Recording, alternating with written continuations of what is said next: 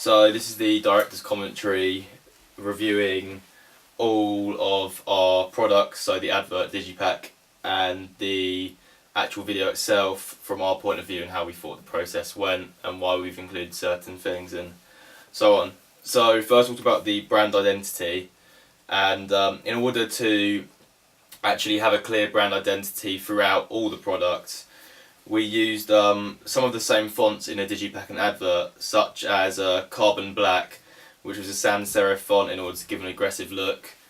We downloaded that off 1001 Fonts, so yeah, we could easily use that across both the Digipack and the advert. We often had the same colour scheme as well throughout all three texts. So we often had black and white and dull colours for the core image or footage, and then text or drawing on the Digipack, and line drawing in from After Effects in the actual video itself, and these were often in brighter colours such as green and purple. So the gratifications that sell to audience, so we looked at the star persona and they can identify with them. The popular clothing and the culture, that the brand identity, offering a brand identity, which such as the North Face t-shirt used in the Digipack and the just in the Digipack, and some of them in the video. And then the explicit content and rebellious nature, which provided a divergence from society, which appeals to the reformers.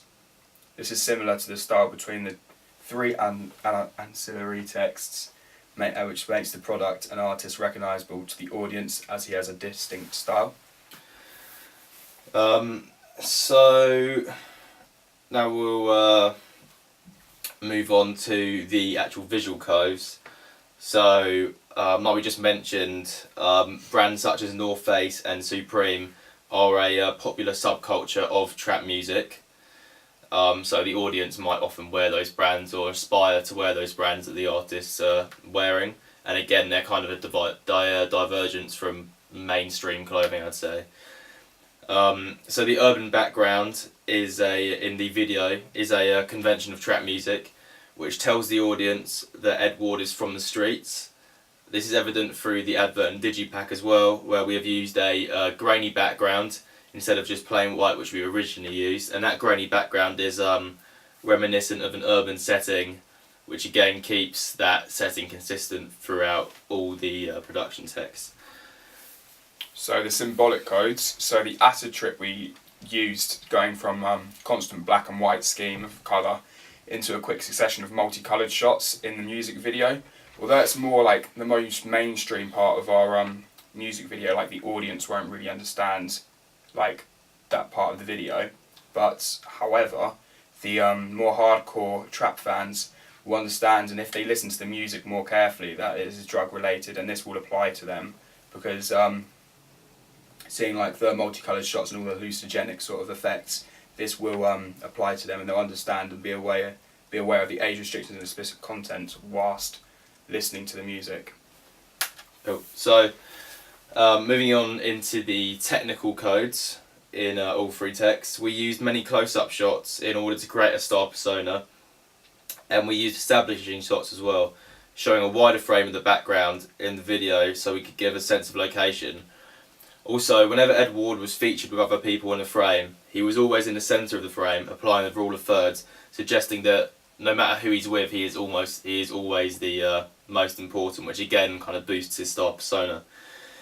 And then in the advert, the parental advisory logos over the artist's eyes suggest that this content is not to be seen by kids.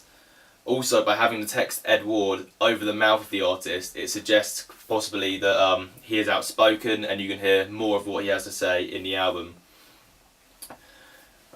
So throughout the Digipack we have shots of all his different body parts, which again could create an enigma surrounding him for the audience to decode, because you're not actually almost seeing his body as a whole, you're seeing all the different body parts, and maybe for an outsider to his music they could think, who is this? And again, that could be appealing and intriguing.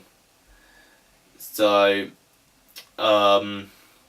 for the use of, actually I'll let Jamie talk about the use of genre. The use of genre signifies conventions such as clothing, urban locations, and the use of cars and the motive in artists using the 6 sign in his hand gestures. So these all show the genre signifiers which conform to the trap music genre.